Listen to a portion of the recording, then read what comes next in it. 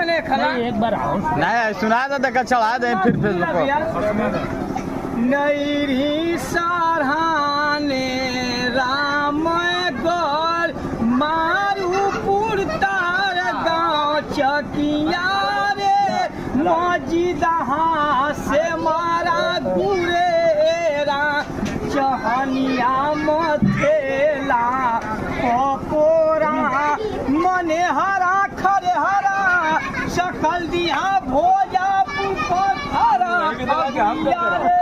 चंदौली का शिला लवंगा चाची मुगल सराय अरे कमालपुर सिलौटा जनौली धीना बहेरी महुरा यही कौरा रे कमरिया बरदिहा गेरहावा चौकी शहीद गाँव धानापुर दिया पसहटा रे पूरे पूरा हिमतर सीता पोखरी मोहरगंज सारा रसूलपुर मौली सेमई के पुरावा महादेवा महागाँव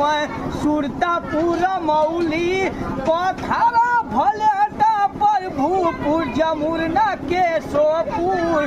बछौली है ये समय ईटावाट टेनुआट बट्ठी आमावल फुल्ली बनावल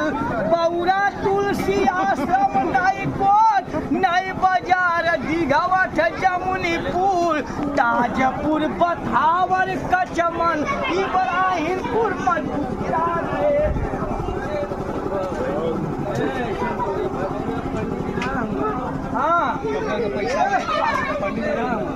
पंडित जी काहे समझलिए इनके ना पहले पहले करा